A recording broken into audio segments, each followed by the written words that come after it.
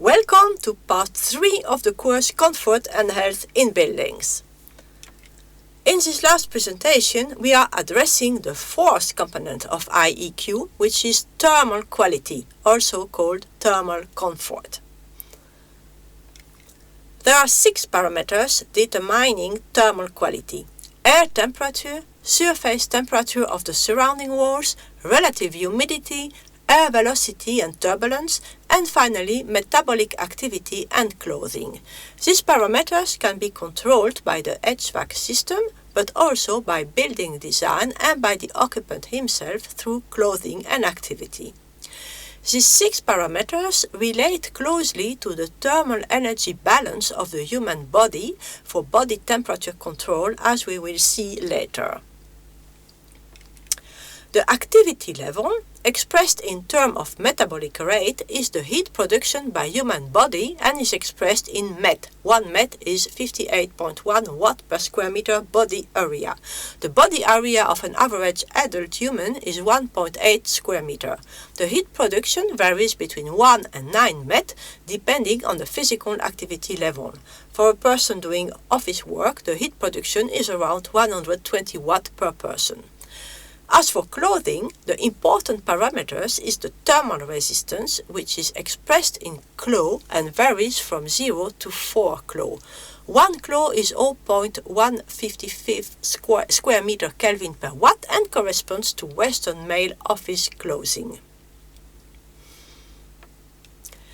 Air temperature is the most evident of the parameters determining comfort. In general, a comfortable indoor air temperature is in the range 18 to 28 degrees Celsius. However, this range may vary with regional and seasonal climate preferences and clothing. In Northern European countries, an indoor air temperature of 20 degrees Celsius in winter is considered comfortable, while in summer, temperatures above 24 degrees are much more comfortable. An advantage of varying the temperature according to seasons are energy savings. A lower indoor temperature in the cold season means less heating energy use. A higher indoor temperature in the hot season means less cooling energy. During the heating season, it is very important to use the lower boundary of the comfort range, while in the cooling season the higher boundary should be used. Let's look now at air velocity. Air velocity and air turbulence are responsible for draft. Draft may be nice at hot indoor temperatures and helps feeling comfortable even when it is too hot. However, at cold temperatures, draft will be experienced as extremely unpleasant. The figure on the right shows the relationship between air temperature and velocity. This diagram is for an office building with related activity, clothing and metabolism. It shows that in still air, a comfortable air temperature range is 18 to 23 degrees Celsius. The comfort feeling will be maintained up to an air velocity of 0.1 meter per second. If the air velocity is higher, the lower boundary of the temperature must be increased.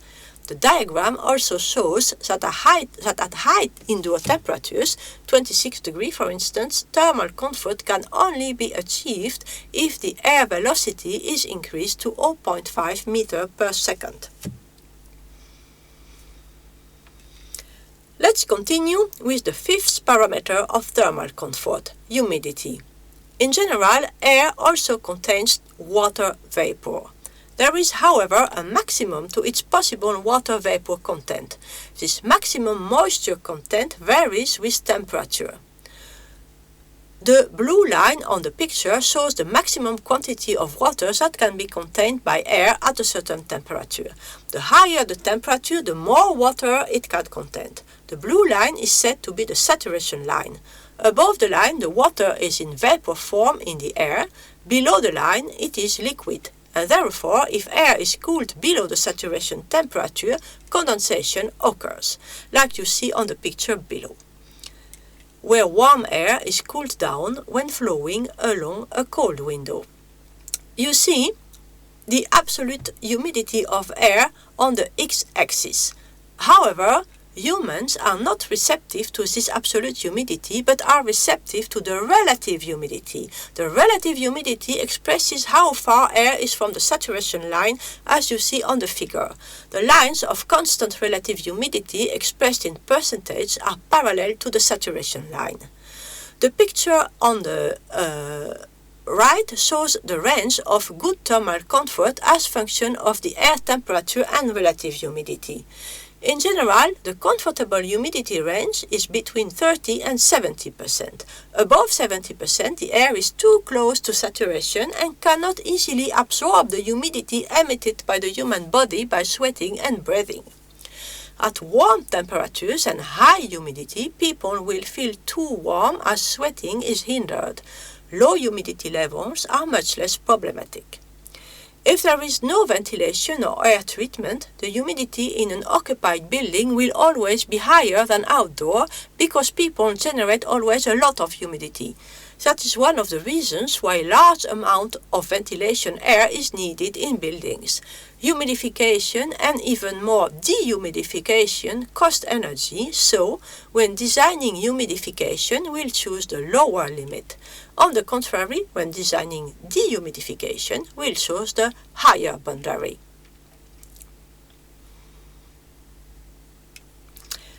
Mean radiant temperature, MRT, is the sixth and last parameter of thermal comfort. MRT is about heat transfer through radiation, which is induced by any surface having a temperature above absolute zero. There is therefore radiation heat exchange between the human body and all surfaces surrounding it. It impacts strongly the comfort feeling. The mean radiant temperature is a weighted average of all surrounding surface temperatures based on the fourth power of the temperatures. The weights in the average are called the view factors and are purely geometric. This figure shows the comfort relationship between the mean radiant temperature and air temperature. On the x-axis the air temperature, on the y-axis the MRT. It shows that low air temperatures can be compensated by a high mean radiant temperature. For instance, if the MRT is 20, an air temperature of 19.5 degrees Celsius is enough to ensure comfort. If the MRT drops to 17 degrees, the air temperature must be raised to 22 degrees Celsius. Surface temperatures of walls and windows depend strongly on their insulation. In a well-insulated building, the surface temperatures during the cold season are higher than in poorly insulated buildings. This results in less transmission losses and therefore less heating energy. Furthermore, because the MRT is high, the air temperature can be lowered, decreasing even more the transmission losses and the heating energy.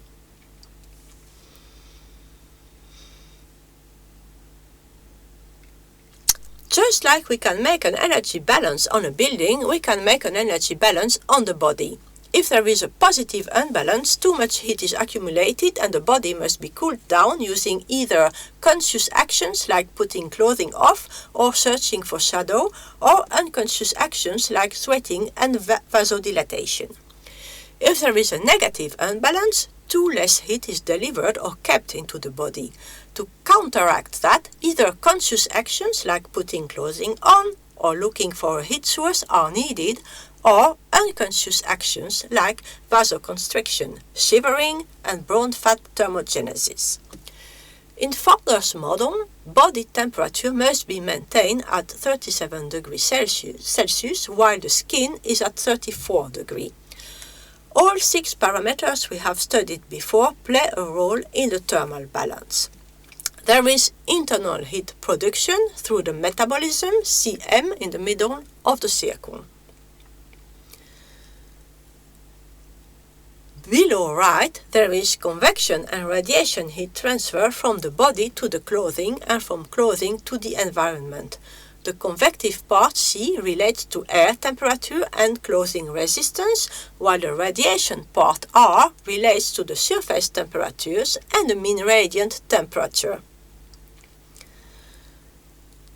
A part of the metabolism is used to carry out work W in the form of any physical activity. There are also energy losses, ESW, arising from sweating, which depend on the temperature and humidity of the ambient air. And finally, there is heat transfer by breathing, L and ERE, and by vapor diffusion through the skin, ED.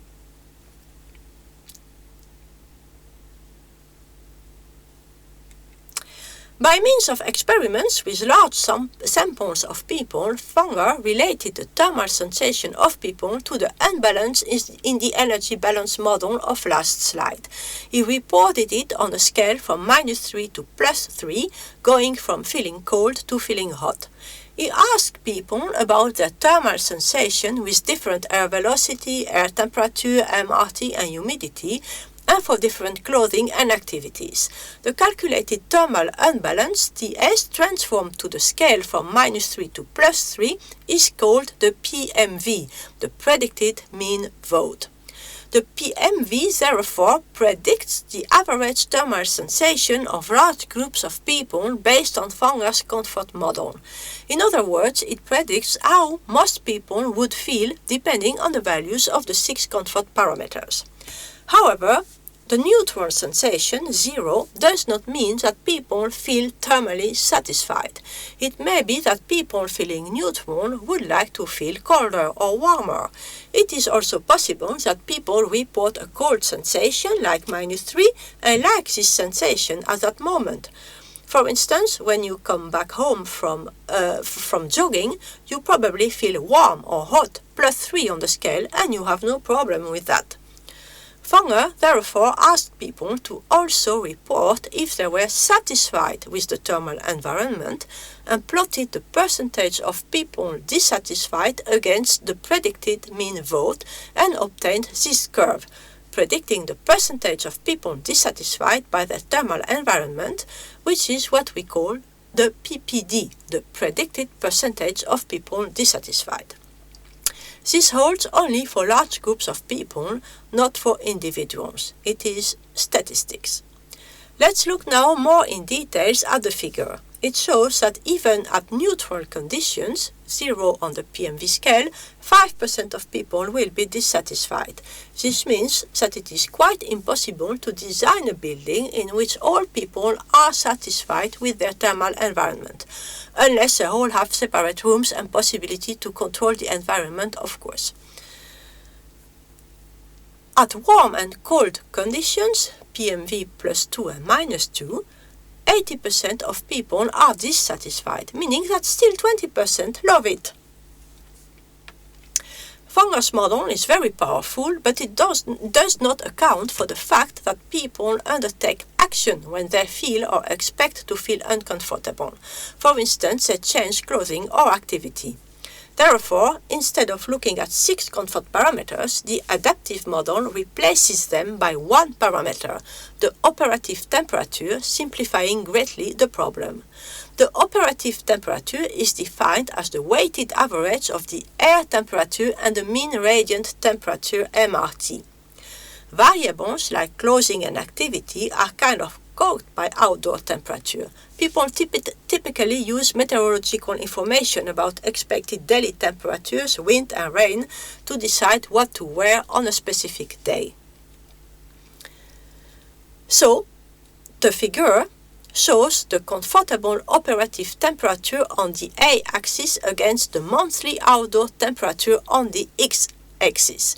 The red line has been obtained by fitting temperature data of hundreds of buildings all over the world.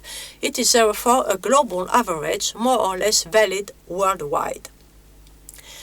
We call the red line the neutral temperature, and it can be used only with naturally ventilated buildings.